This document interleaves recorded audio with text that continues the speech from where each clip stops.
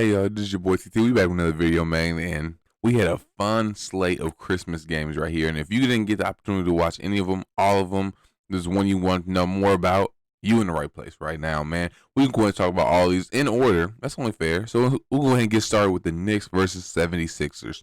All right, so first, let's go ahead and talk about the Knicks right here. First things first, what I do really want to talk about is right here. Hold on, we're going to watch some stuff for this. We're going to watch Mitchell Robinson's defense on Embiid.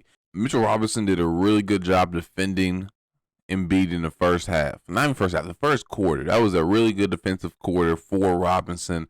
And then Embiid kind of woke up. But I just want you to watch this. It's real easy stuff right here. Kicks it to PJ. It's Julius Randle. He comes out. They get it down on the block to Embiid. Faces up. Attacks him. Strips it clean. Perfect play. You didn't foul him. You didn't give him a free shot. That's exactly the type of defense you want to play on Embiid. Now, you can't do that anymore perfect. And like I said, that was more of a first quarter thing. After that, I mean, y'all see what my man finished with. But I digress. Let's keep going, man. The Knicks ball movement, especially from Brunson, was really, really good to see, actually. The first quarter, they had 11 assists to 0 turnovers. Like I said, the first quarter, the Knicks was just cruising. Wasn't much you could do about it. And what I loved about Brunson's assists, we're going to look at them real quick, is they all come from probing in the mid-range, and then either you hit someone inside, or you pass it out for a catch and shoot three. And that's what I love about it. So they double him. He probes inside. This time he kicks out for a three. Catch, shoot, bottoms. Absolute nasty. And the thing is, most of these come like that. I'm telling you, it's either he dribbles, he gets into the middle of the floor, he either hits somebody cutting or like someone inside, or catch and shoot three. It's like it's clockwork. Oh, that's nasty, though. Ain't that nasty? Harden was sleeping. Harden. Oh, man. Someone tuck him in. Ooh, somebody tuck him in. This one right here. All right, pick and roll. Get in the middle of the floor. Attack. Dribble around. Kick out RJ. That's cash. He's been shooting a lot better recently. I mean, besides last game. But, yeah. Here, Niang misses the three. Look at that. Ooh, full court dime. Yeah, his playmaking. Look, this is all still the first quarter, by the way. This is all still the first quarter. All of those. So let's see. Yeah, Brunson's playmaking, or specifically his ability to get shots for others, was really on display. That was great to see. Julius Randle really couldn't miss. I mean, he was just jacking up them things, and they was falling. I'm happy for him. He had 35, 8, and 7. Brunson had 23 and 11. He ended up getting hurt. I'm not even sure what it was. Sounded like they were saying a hip issue. I don't even know. RJ went 6 for 21. It looked like that. He was trying to drive and attack at the rim. He wasn't getting much success. All around, it was a good game, though. It was a good game for the Knicks. Like I said, Grimes didn't shoot that well. Bear didn't shoot that well. Quickly was good, though. I like Quickly in his minutes. Yeah, Hardenstein was a little rough. I definitely do think there's time to move on from Hardenstein. But they kept having to run through their centers because of foul trouble. Because Embiid's Embiid, if you know, you know. And Randall, I was going to look at one of his real quick. I know there was one. I mean, he got things like this just consistently. Comes back into play, beats PJ Tucker, and just a finger roll layup. I think he scored on possessions like that where he blew by PJ Tucker like 3 or 4 times. Wait, here, I can actually count it. Layup. I know this was definitely on PJ Tucker too. Yep. He's going to get it back, and look, bye by PJ. That's a lay. Right? That's a lay. Hold on, what's the other one? What's this one? Oh no, that was the leak out. Hold on. So it was that one. No, this one. This one was on PJ too. I remember he was just going at PJ. Look at this. Just straight past him. And that's why the 76ers really need another wing stopper. Because come on. It's not even PJ's fault. PJ just old. Like he ain't made for that. Now on to the 76ers here. There was a lot of great things to talk about here. Harden becoming more aggressive on offense. He had 29 and 13.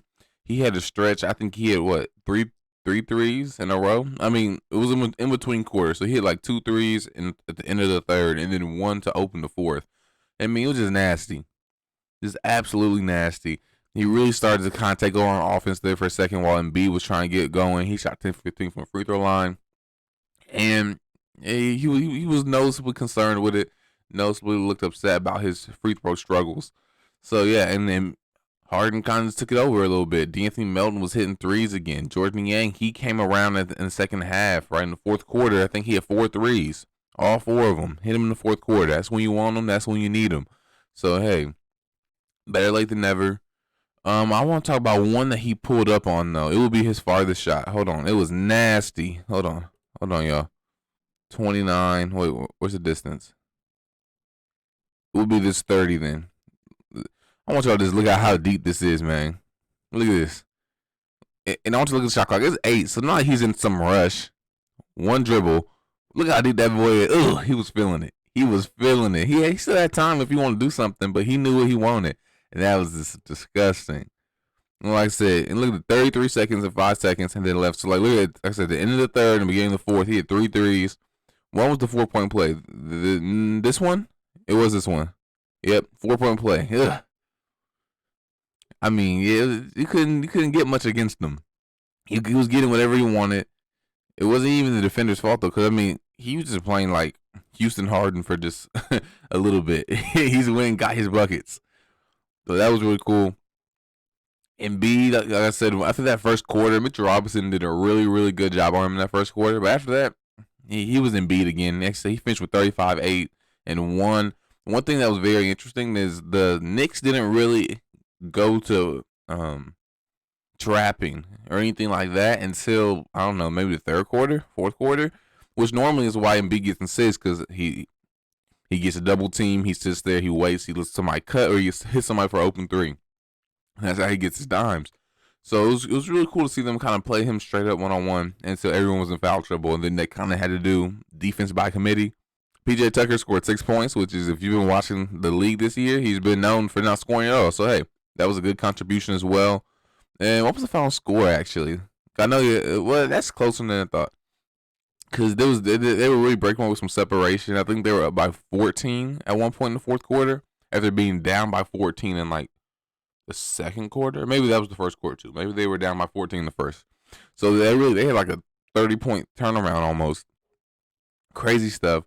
Honestly, there's not how much you really do. It's crazy. Tobias Harris had 8 points this game. So it tells you where the team's at. You feel me? Because it's like you have Tobias Harris giving you 8 in this situation, and he can go give you a 20 piece any night. So that's just show some really well roundedness. I would like to see them make a trade though for another wing stopper. I did react to an article. Shameless plug. Go watch it. That talks about 76ers trades. So, hey, on to the next game. The Lakers and the Mavericks. We'll start with the Lakers. The final score was 124 to 115 with the Mavs on top, which is very not fairly representing how the game really went. They kind of shaved some points off at the end, but really the Mavericks were in full control of this after the first quarter. I wouldn't say similar to the Knicks game because the Knicks kind of fought back. The Lakers didn't as much.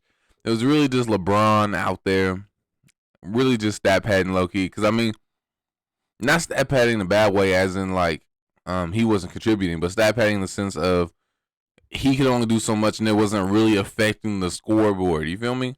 He go down there and he scores 6, but then they'd give up 3 threes in the same time span. So it was like, that's a negative 3-point swing right there. So you can't keep up with that. So I don't know. It was just tough to see him going so hard to score and being fruitless. Like it was essentially for nothing because they couldn't really get anything going. But yeah, he had a ton of tough buckets, a ton. I want to show this right-handed floater. It's gonna be this one, isn't it? Look at that. That's nasty. I had to watch that a couple times when I first saw it.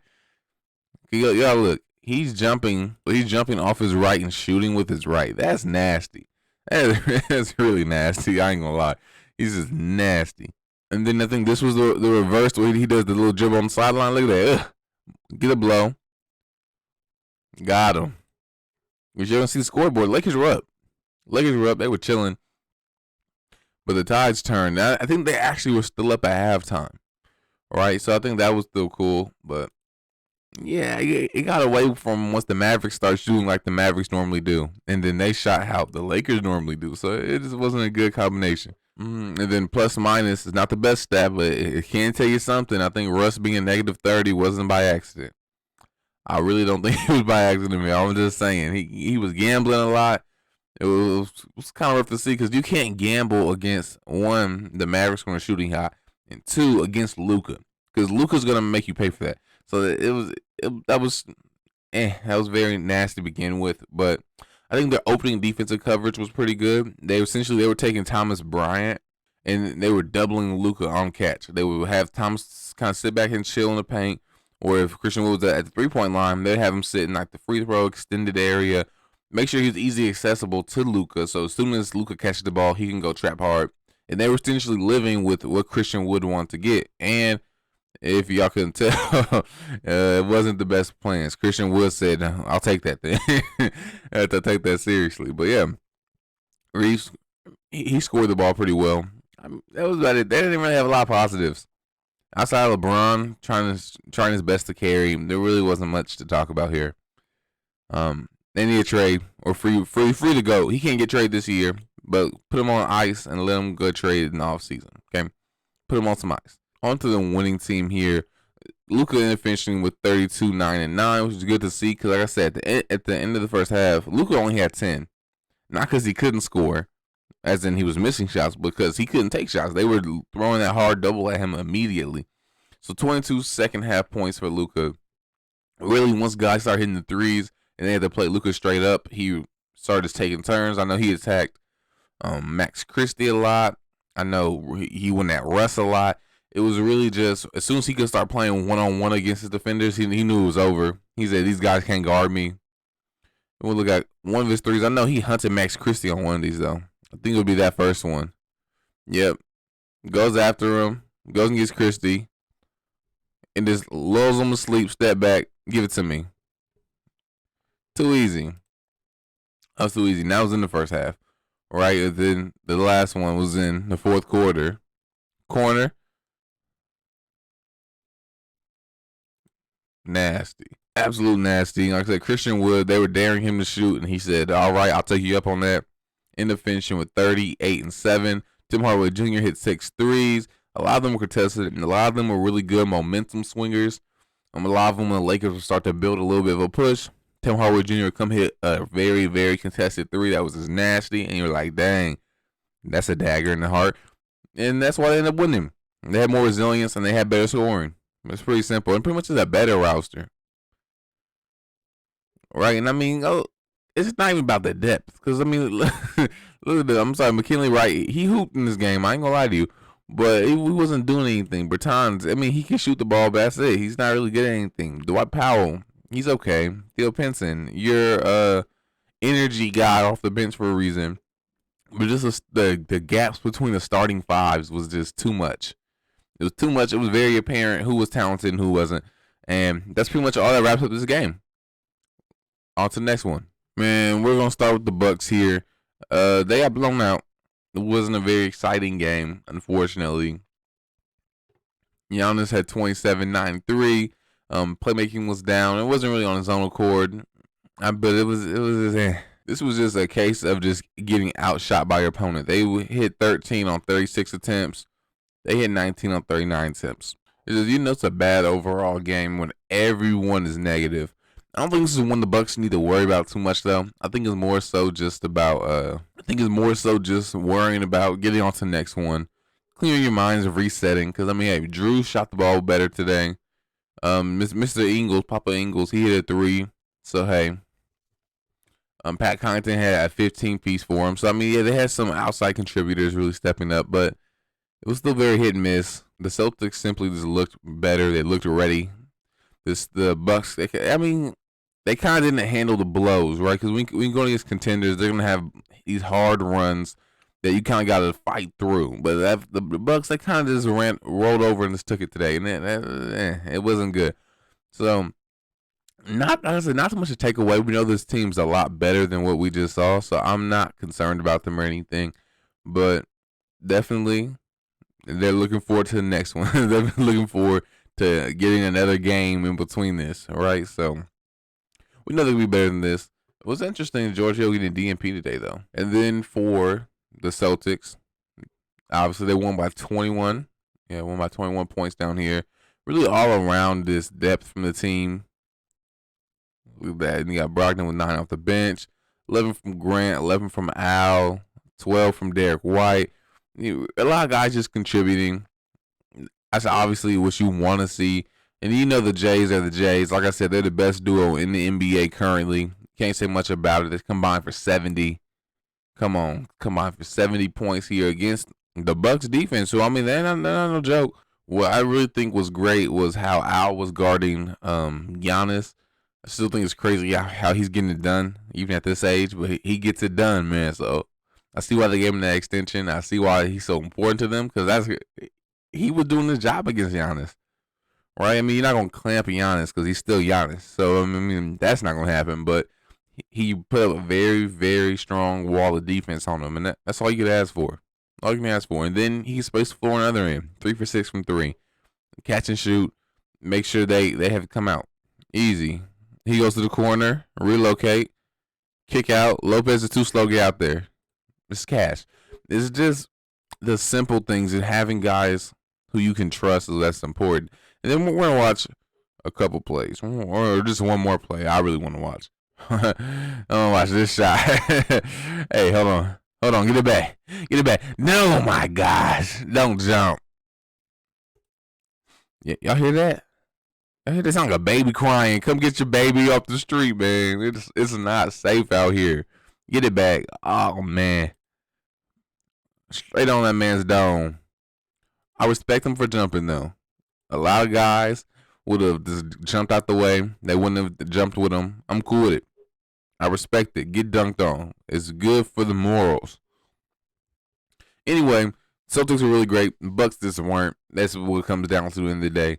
I don't think it means too much for the Bucks. They just looked bad overall. You know, teams have those games.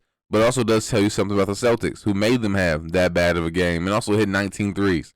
They still got that shooting with them. Easily the most dangerous team in the East. Let's go ahead and go on to the next game. Warriors and the Grizzlies, man. This was my second favorite game. It was crazy. The best 2 games were at the end of the night. And I had been watching all day, and I was like, really? These are games. Lakers, Mavs was a blowout. Bucks, Celtics was a blowout. Knicks, 76ers went from one blowout to a different type of blowout. And it was like, come on. Come on, man. Give us some good basketball. So let's talk about the Grizzlies first. They really just struggled to get their offense going. They shot 41% from the field, 23% from the 3. They had 13 turnovers. They were fouling a lot. I know Jaren Jackson Jr., he played 20 minutes. At one point, he had like 11 minutes in the third quarter or something, or like the beginning of the fourth. It's just something crazy because he had been out the entire game with foul trouble. And the fouls, they were bad fouls. But obviously, let's talk about the good stuff. Let's talk about the rivalry we had going up in here. It was getting chippy. Guys, no one forgot. There was no lost love. Everyone was fresh with it. Clay and Dylan Brooks was going at it, man. People were getting a little chippy, pushing people underneath the rim, man. It was a nice game to watch because you really miss that type of rivalry. It's not even a rivalry as far as like on the court, but it's about pride, right? It's about these guys going back and forth with pride. Ja was good, 36, 8, and 7. He was really the only person that was really, really good on offense for the Grizzlies. I mean, Jaren was cool, but he didn't get to really play. Dylan Brooks didn't shoot well. Bang didn't shoot well. Clark had a really cool mid-range jumper that Draymond Green disrespected him on, so I was like, that's cool. That's cool. Ty Jones, he took 4 shots, hit 3 of them. Conchar went 0-4. Yeah, it was rough overall. Steve Adams really got a lot of boards though, and that was noticeable on the court. He was really getting whatever he wanted. That's something that the Warriors really have to go over. Is just that inside presence. Draymond can't be the only inside presence on the roster, so and Looney. I'll put respect on Looney's name, but they can't play 48 minutes, right? So that bench unit, Wiseman or JaMychal Green, or are those the only 2 of the bigs they play? Or like they had played. When either of them are playing, they got to keep that same energy and that same grit with them. I don't think there's really much to see here. Jaren Jackson Jr. stopped fouling as much, but we've been saying that for years. It's not like that's something new that we weren't aware of. Dylan Brooks, he's always had games like this where he's just either been really good or really bad. This was the really bad night. And Bang just got back. This is literally his second game back. He's not shooting well still. So, I mean, there's not much to take away from this game for the Grizzlies. It's really not.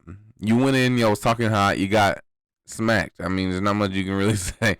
Go on to the next one. Bang should hopefully shoot better than 15%. Dylan Brooks should shoot better than 4 for 12 and 1 for 6 from 3. That's all that matters. That's all that really matters at the end of the day. Now on to the winning team right here. Winning by 14. We got DiVincenzo, who had a really good game. He was hitting everything. We want to watch all 5 of his threes. I want to watch them all. He was just getting whatever he really wanted. All right, so he kicks it out, walks right into it, cash. And the thing is, he was just hitting them all night. And it was just timely threes. That's what's important. They get separation or right after the Grizzlies make a run. It's really just good threes just to keep it moving. Look, Draymond's hitting a lot of these. Swing it. Rolls in. Shooter shoot. Shooter shoot, man. That's not luck. That's called being a good shooter. All right, they do a screen action with a guard. By the way, I love that more teams are doing that whole guard-on-guard screen action. This was cool. I thought he was about to get his stuff smacked by Ja. He said, "No, I'm good." Relocate to the corner. Shoots the 3. Makes it. That's the coach's dream, man. That's the coach's dream, man. Pass and relocate, catch and shoot. So he had a really good shooting night. Jordan Poole had 30 piece, even though he did end up getting thrown out of the game for a double tech. He was just arguing with the refs. It was actually his first ejection of his career, and I was like, yeah, welcome to the league, young man. And yeah, he was getting his shots though. He was doing his thing. Clay went 8 for 25, but the biggest shot he hit couldn't have came at a better time. Hold on, are they gonna show the full clip? They better show the full clip. Hold on, I want to see his midi. Oh, this is the one. This is the one. Are they gonna show? Oh, they're not gonna show it. Right off the screen right here. Hold on, y'all. We're gonna talk about it in case you missed it, man. So right after this, when Dylan Brooks falls, Clay, you can kind of see it. You can kind of see him right here in the corner. Looks down at Brooks and taunts him right in his face, man, right in front of the ref. He got his tech, but it was a well-earned tech, and I think you would take that pay. I think you'll take that fine every day of the week. It was very well worth it. He said, "We still them dogs." Okay, we still them dogs. You're not us yet, all right? Really, it was well-rounded. Everyone was giving buckets. Anthony Lamb was shooting well. Ty Jerome was passing very well. He only had 1 assist, but I think he had a lot of hockey assists, a lot of just smart plays that he was making. That was really cool. Jonathan Kuminga was chaotic, absolutely chaotic. 7 points, 4 rebounds, 3 assists with 3 turnovers. It was. He'd do a bad thing, then he'd do a good thing, then do a good thing, then do an awful thing, and then do a great thing. And it's like, why would you do that? He was very chaotic. It was very up and down, but he did good though.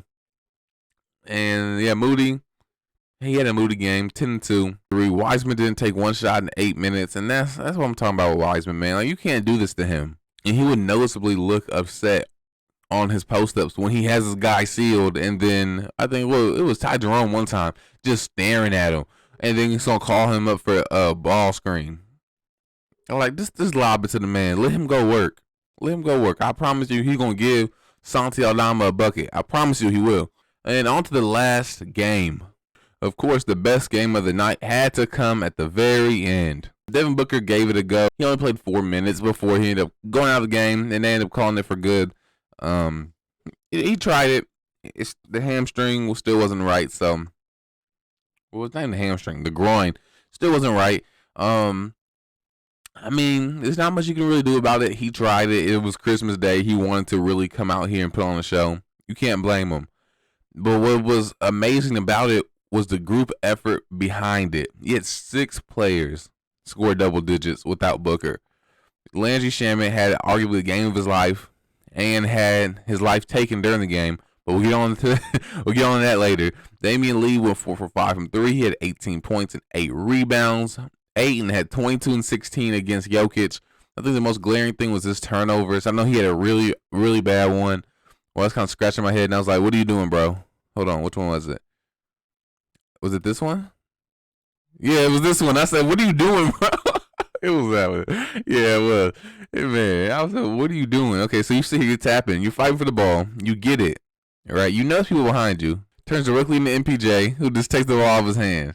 That was just a really bad turnover. I'm just like, come on, you got to do better than that. You got to do better than that, man. But yeah, he still put up 22 and 16. He was doing this thing out there. Torrey Craig was hitting threes. Really, really underrated piece for him. Jay Crowder is sitting out. Chris Paul's playmaking was on display. He had 17 points and 16 assists. He was creating a lot of these. Shamet was coming off a lot of screens for these, which doesn't make it any easier. It's kind of harder because now you're moving while you're getting these catch and shoot threes.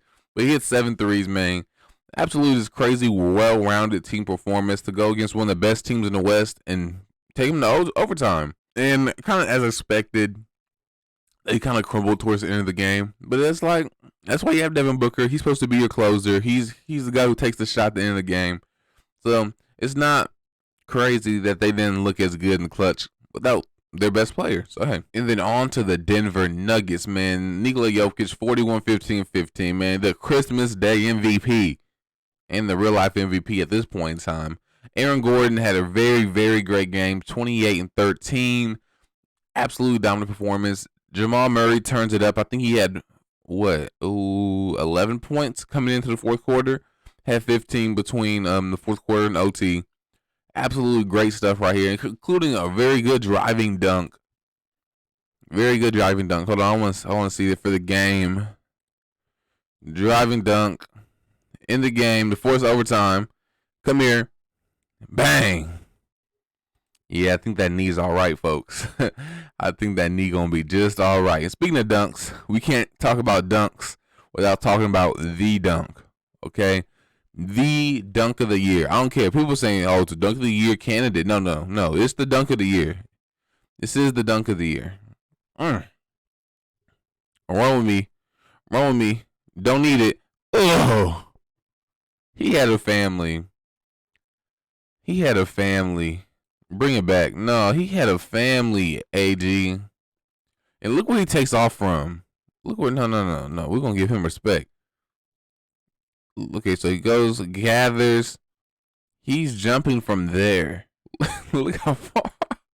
Oh, Landry Shamet is a good man. To take that charge on Aaron Gordon, but the thing is, he got scared. And that's why they ended up overturning it. They originally called it a charge and then made it a block because Landry Shamet got scared. If he would just, it's easy to say. If he would have been a man and just took it, he would have been able to go ahead and get that charge. And wouldn't have counted, but we still would have counted it as society. You feel me? We still got dunked on, but it wouldn't count in the game. But the last second, he shuffles to the side. He gets a little nervous, and last second he shuffles to the side, and that makes a defensive foul, and that's an and one, and you get landed on. Like, no, we fighting. No, you land on you. First of all, you baptize me and take my life like that, and then you land on top of me. No, I'm kicking your knee. No. If you ruin my life, I'm gonna ruin yours. No, you're gonna see me. Nah, MPJ, he didn't shoot the ball that well. Overall, not an amazing game from him, but it's cool to see him out on the court. I like to see him healthy. I'll take it. I'll take bad games from him. I'll take games from him. That's what I want to see out of him. Cool with that. KCP hit some really good movement threes. That was cool to see.